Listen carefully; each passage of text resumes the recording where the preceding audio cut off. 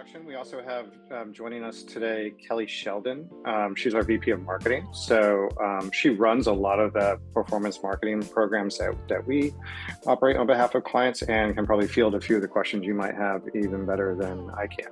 So she's here. I'm going to put a list of links and resources into the chat just to kick things off. And then I'll dig into the presentation. So that's my contact information, Kelly's contact information, our websites. We'll talk a little bit about what we do with awards and research and our media kit in case anyone is interested. We are going to talk a lot about us, I suppose, today, because that's the meat of the conversation. We frame this also in, I guess, not in contrast, but in collaboration with LinkedIn. And I'm here also to share as much as I can about trade pubs, how we think, why we exist, what we do, but also to hear from you guys and understand your perception of us, answer any questions you have about that, and also to be gathering information for my general background and understanding of how you think and how you operate, especially today. And specifically, I guess, in the LinkedIn context, if you guys are active spenders on LinkedIn and how you frame that within your annual budget, within your strategy, et cetera. So we'll go through some of our background, how we work with marketers, some of the common program headwinds that we run into that we think are easy to avoid, but seem to come up over and over again. Some of how we think of LinkedIn verse or in collaboration with trade pubs, how that might fit into your strategy. And then how to partner with trade pubs so that it's not always a kind of purchasing situation. How do you earn media coverage? How do you build relationships? What do we need from you? And then we'll get into the discussion.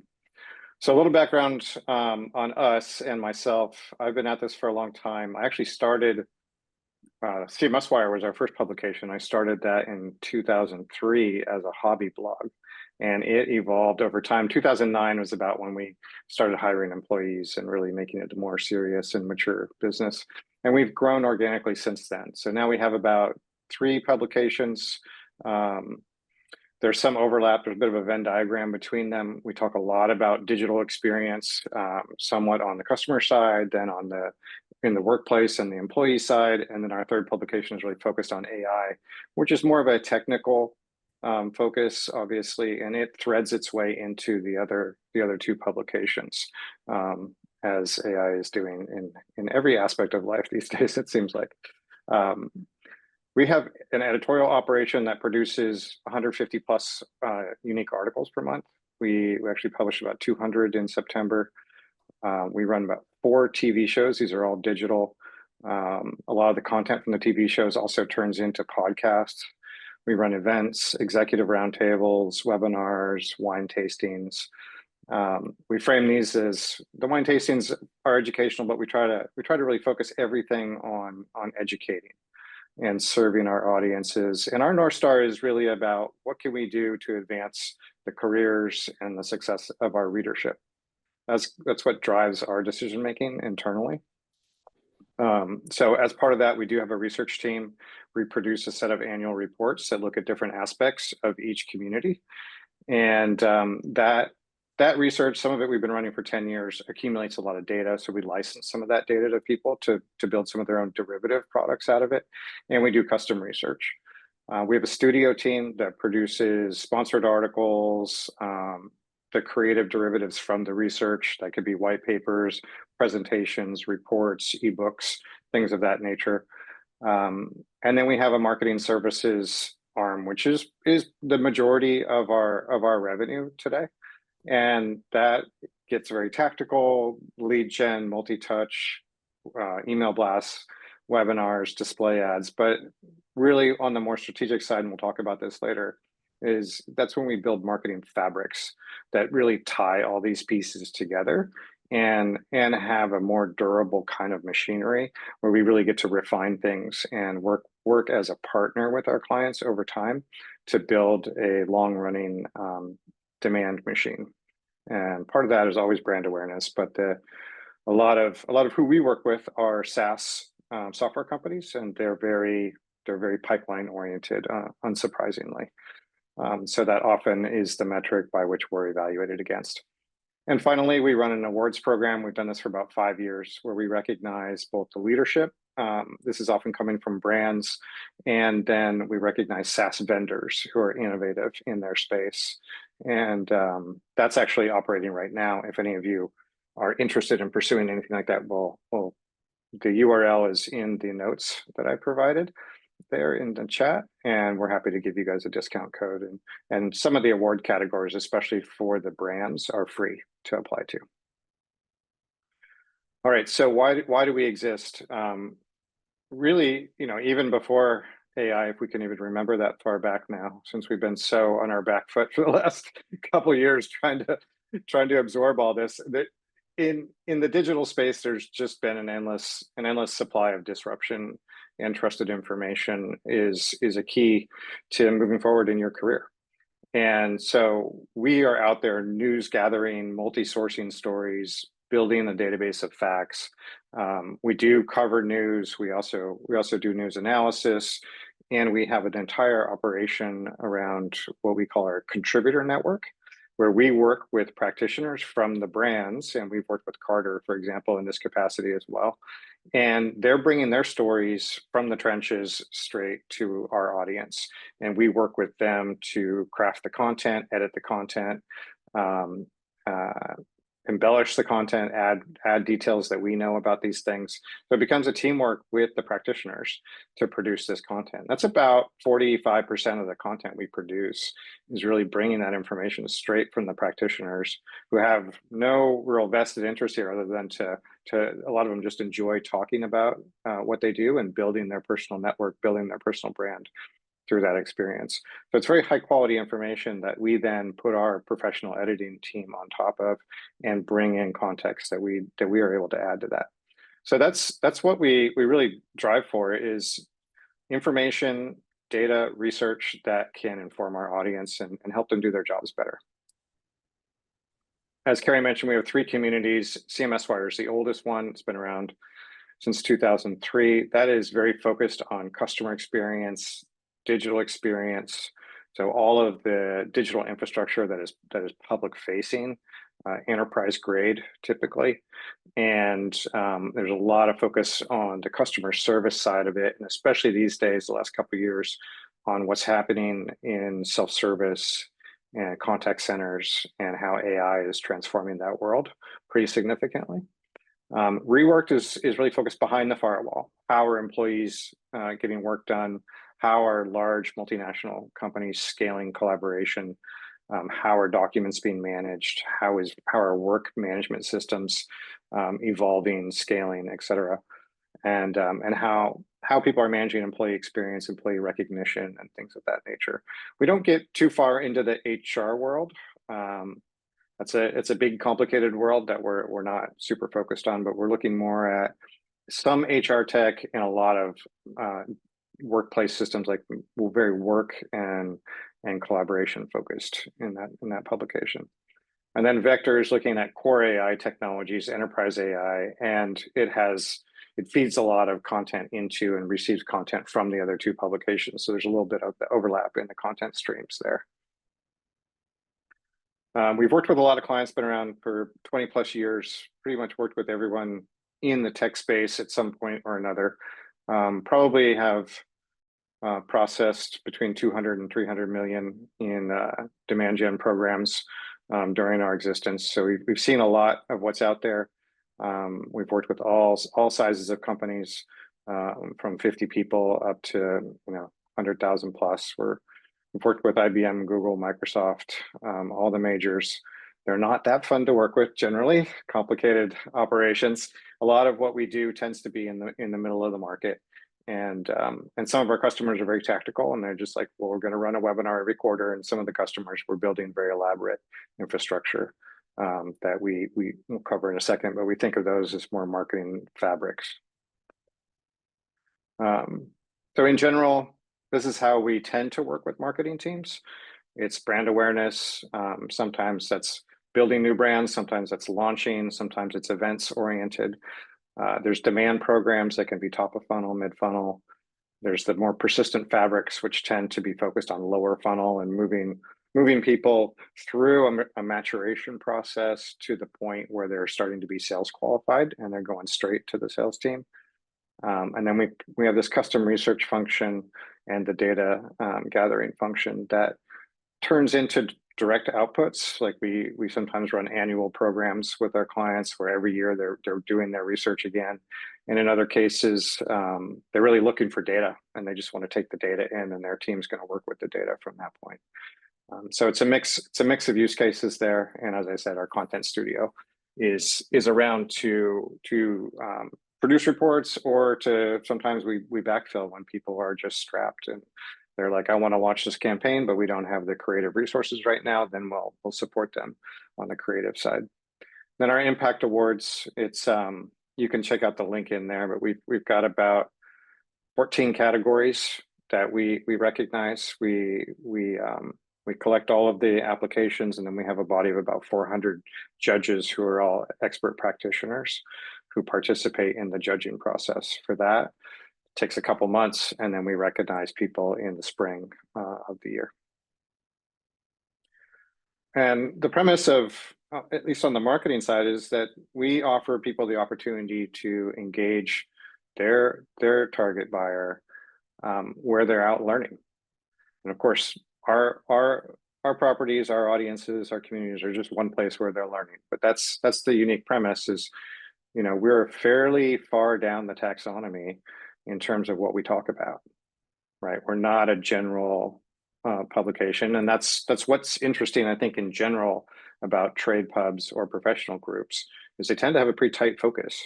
So the people there are, if they are who you're looking for, it's a great place to build relationships and to build brand awareness because they're there for typically one or two reasons. And one of those big reasons is to learn and build their skill set and stay aware of what's out in the market.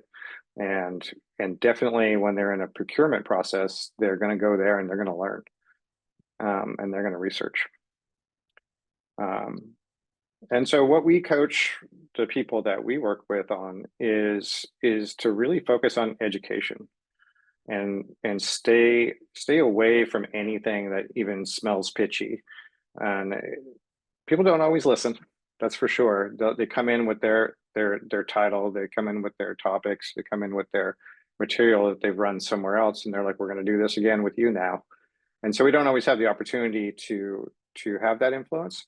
But when we can, this is the posture that we really encourage people to take when they come to us or when they work with any other professional group, is go in to educate and do your homework before you go in, so you know at what level you're talking, at what subject matters are hot for these people, and really work to educate. And if you can do that, you can build trust and build relationships very quickly. It's much, much more effective than anything that smells pitchy. So this is the more elaborate version of what we do on the marketing level.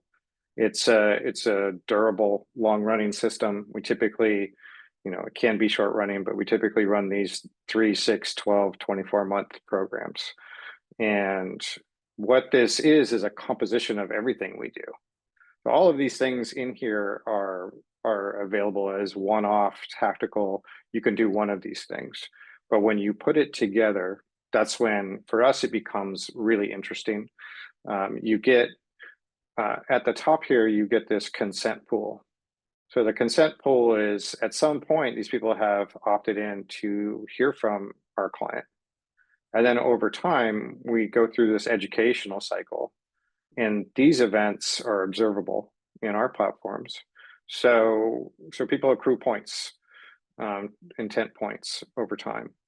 And then as you participate more and more here, you are relationship building, you are trust building, and there may be hand raises that come directly out of this and become conversations.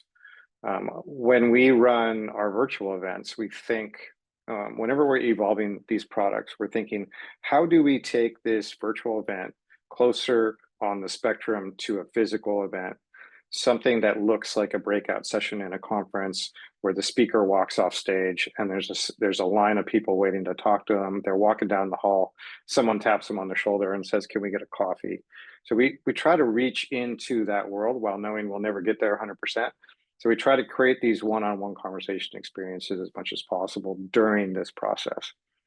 And then this calibration part is something that we're just taking feedback in, like, how is this going? What are these, are these meeting your expectations? Are these converting into real opportunities? Are those opportunities closing? What have we learned? How do we tune this process? So I think if we're thinking about, well, how do trade pubs differ from LinkedIn? One of the things that really stands out is you have an opportunity to build a collaborative partnership with trade pubs. And with LinkedIn, you might have an account manager who seems to always be, very good at trying to tell you to increase your bids or something of that nature. But we have the ability to calibrate our systems to you, and it is typically a smaller team, and you're not dealing with the massive bureaucracy, and you're not dealing with mysterious algorithms. So this is the part that I think really differentiates a lot, is that you have a partnership and a team who's maybe working with some of your competitors as well, and just understands, like, what is the market. How is the market trying to engage these ICPs that you're trying to engage? How do we differentiate a little bit from that? How do we do things a little differently so you stand out here? So we bring intel, we bring experience, and we bring the ability to adapt our systems and our approach to you guys. There's a few other things here, and I'm happy to talk through this, but I'm very curious to hear what people in the room have, what their experiences are.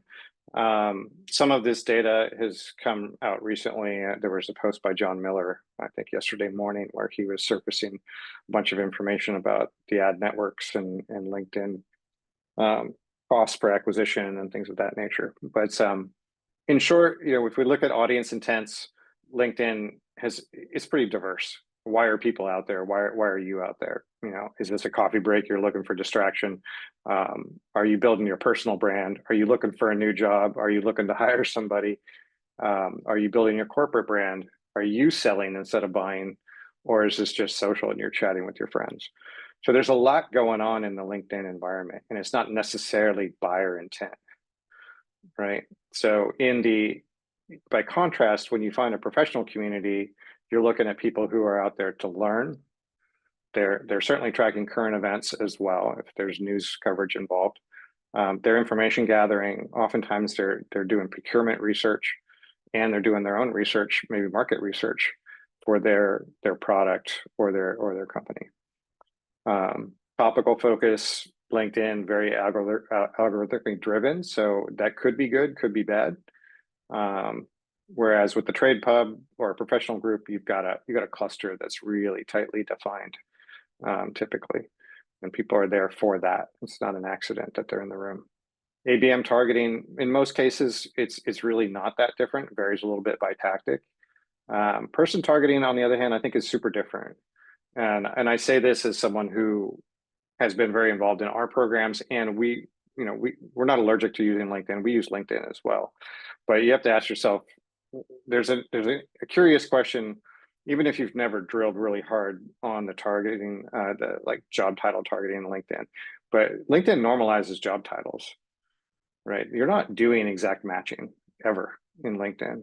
It's normalizing the titles. It's deciding what you mean when you say those words. So the difference is when we're doing that on our side, or when other people are doing that on their side, where they have databases they're working against, they're doing exact string matches, or they're working off of real job titles when they're doing their targeting. So you can end up with a lot of really strange matches inside of LinkedIn, and it's hard to see that until you start spending money, and then you start looking at the demographics and the reporting of who's actually being exposed to the ads. You start to see some funny stuff in there, and the bottom line is, I don't think they want it to be very precise. I don't think it's in their interest. If they wanted to support that, why wouldn't they let you target LinkedIn profiles, people profiles, just like you can target company profiles?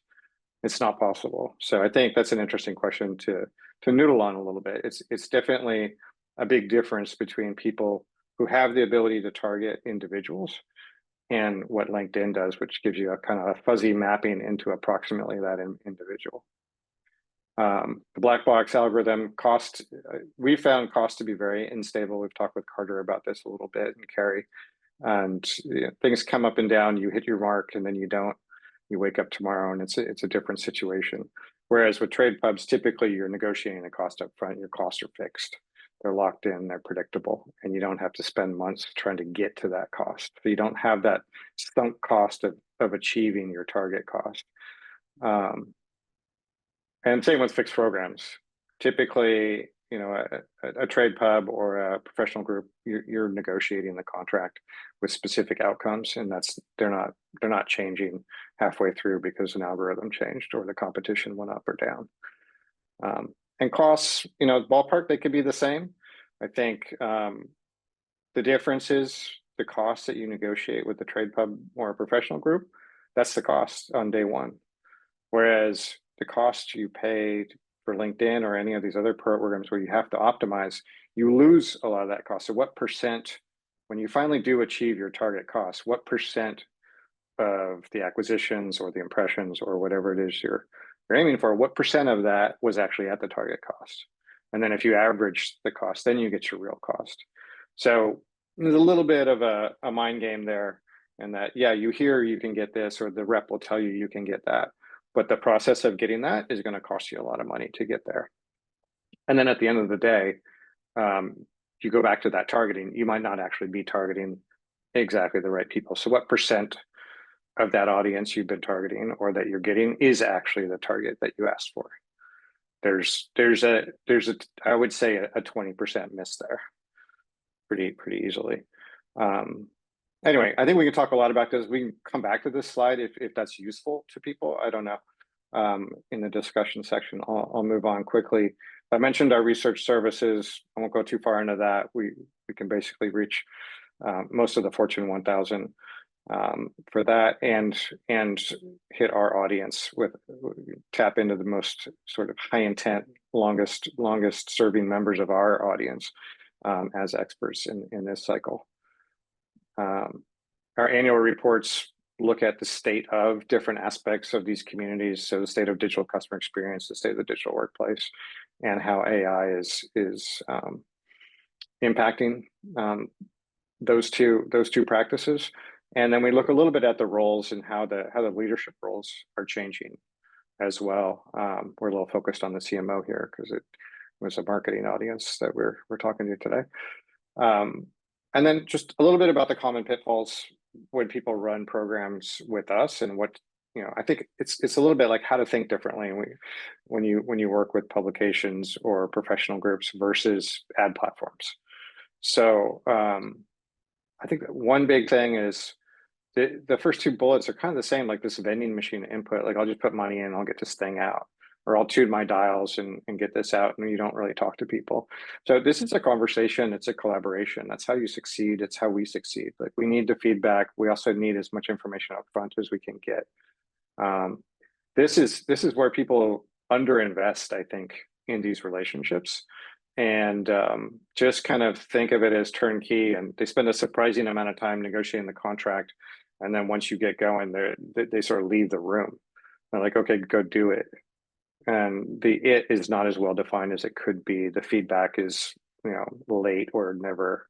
That kind of thing really yields much lower quality outputs in our experience. And we see a lot of it. And it's kind of, I don't know, it's a big miss. It's avoidable. And I think it's something you can do differently and have vastly different outcomes from your investments.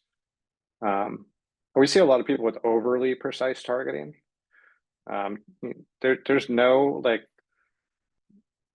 grail or stone tablets that have job titles codified for the universe, as we all know, and yet people kind of behave like there is, and that's a huge miss. I think we don't know where the influence is in the organization. Not targeting interns, okay, that makes sense.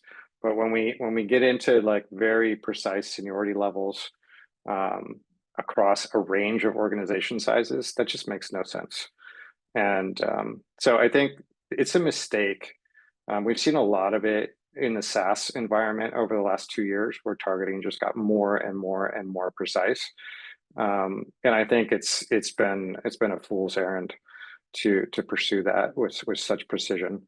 It's just a really hard problem to solve. You don't really know what job titles are, no matter how much you think you know.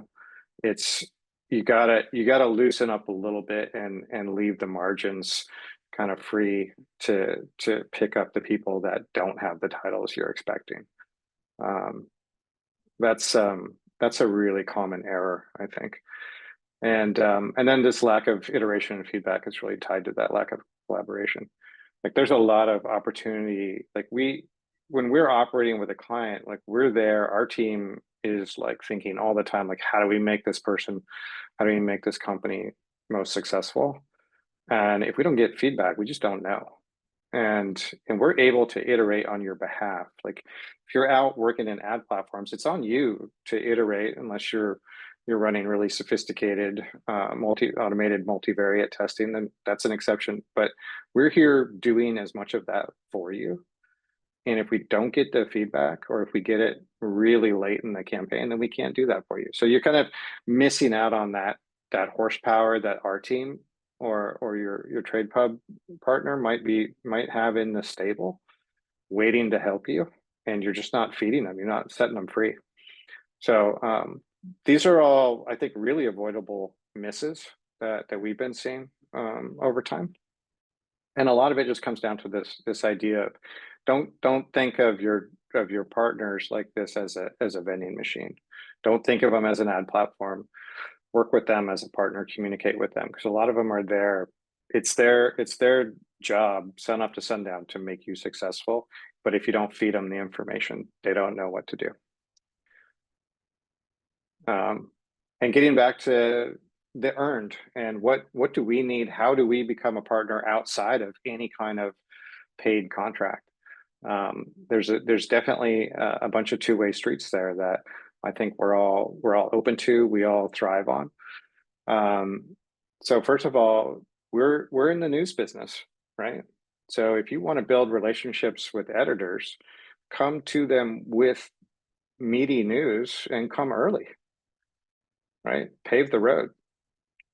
You know, if you come to them and say, you know, at 9:45, and you know this news is going on the wire at 10, they're like, well, sorry, right? But you come to them a couple days before and say, hey, this is going on the wire.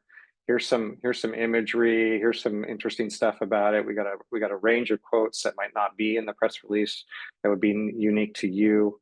Or hey, we're going to only give this to you, and then we'll give it to other people a couple days later or a couple hours later. All that stuff is relationship building, and it makes the editorial life a lot easier. And it gives them time to think, right? It gives them time to connect some dots and put together a little bit more of a story. And that little bit more of a story will put their news story on top of a lot of other people's news stories when it breaks, which is going to drive the traffic, which is going to be the positive feedback cycle for them, and it's going to build a relationship with you. Same thing if you're doing research, you're putting out a report, you want to share stuff, you want to get quotes out of that sharing. That's it. Unique data with an expert point of view, even if it's coming from a vendor, is powerful. It's interesting, right? We can work with that. We can tie it into other things. So again, coming in early with meaty stuff that you think would be helpful for them doing their jobs is a good relationship builder. Notable brands, if you're working with software companies and their clients are doing really interesting things. Sometimes we want to talk to those people and use them as sources. Sometimes we want to bring them onto our podcast. Sometimes we want to bring them into our TV shows.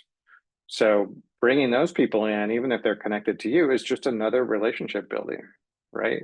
It starts to build that relationship where there's gonna be an open door for you. Social media amplification, always appreciated. And press releases, I'll talk a little bit more in a moment. Not all of them, but many of them are interesting for us in a number of ways. And I'll tell you about that in the next slide. But I think building the relationships with these things here, it's really easy. and it's a really nice two-way street. And it's not everybody's going to be open to it, and some people are more cantankerous than others. But definitely, I can speak for the folks on our team. Is this kind of stuff is appreciated, and it leaves the door ajar for other things. So a little bit about why we love press releases. So this is a newer story, I think, over the last 2 years with what we can do with artificial intelligence and RAG. But PRs have taken on a little bit of a additional value, I would say, in the current world. And part of that is that it helps us build our database of what we consider vetted industry facts. So if we take in a PR and we decide to process it, it's going into our editorial database, which then becomes a part of our RAG system, which we then use to perform real-time research while we're writing other stories. So it becomes a very interesting set of facts where, especially things like acquisitions, funding, et cetera, that we will have then natively going forward. So we're interested in getting it in there. And we also have our ability that we've built internally. We have a news generation machine where we can take a press release and we can generate a story from that, the skeleton of that story. And then we'll go to our RAG system. We'll bring in some historical context around the business concepts in that story and the entities in that story. And then that'll go to human review, and then we can get it out as a unique story. So this is a pretty rapid process for us now. It takes about 30 minutes. And that then gets us out with a unique article that goes out. Yeah, I see people talking about hallucinations, exactly. So one of the reasons why we wouldn't just go to the public LLMs and ask these questions is because of the hallucination problem. So we'll go instead to our own RAG system where we have our facts that we trust because they've passed through the human filter to get there.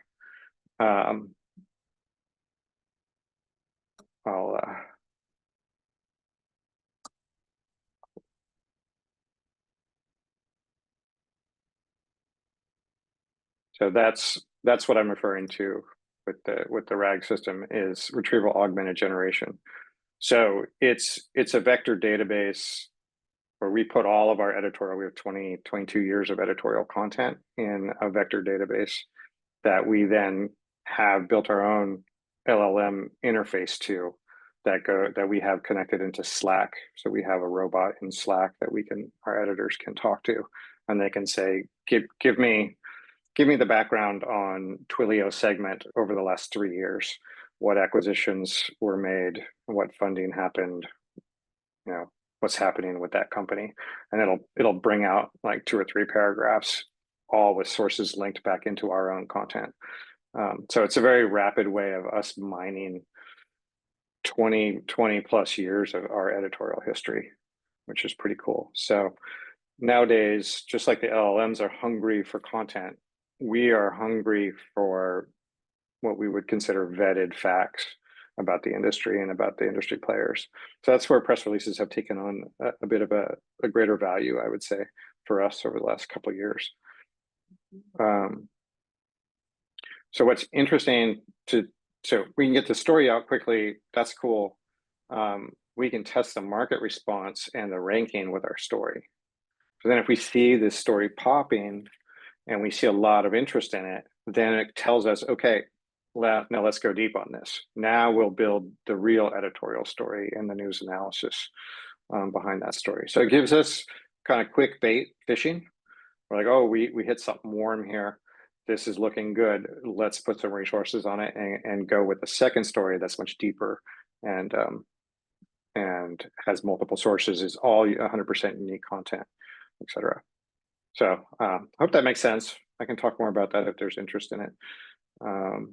But it is, yeah, the press release is not dead. And I'm using press release a little bit generically. Doesn't have to be a press release. It could be a blog post. It could be some other form of content, as long as it's got enough structure to it that we can ingest it and understand the facts and the entities involved. Ranking, so we'll be looking at things like, are we getting picked up in Google News? We'll be looking at, how when we query this story, are we first page? When we query the minimal facts of the story, like such and such acquired such and such, did our story, is it page one? If it's page one, then we might go, okay, that's good, we're there. Now are we getting traffic off of it? If we're getting traffic off of it, like there's actual activity there, then it'll be a signal that we would go deeper.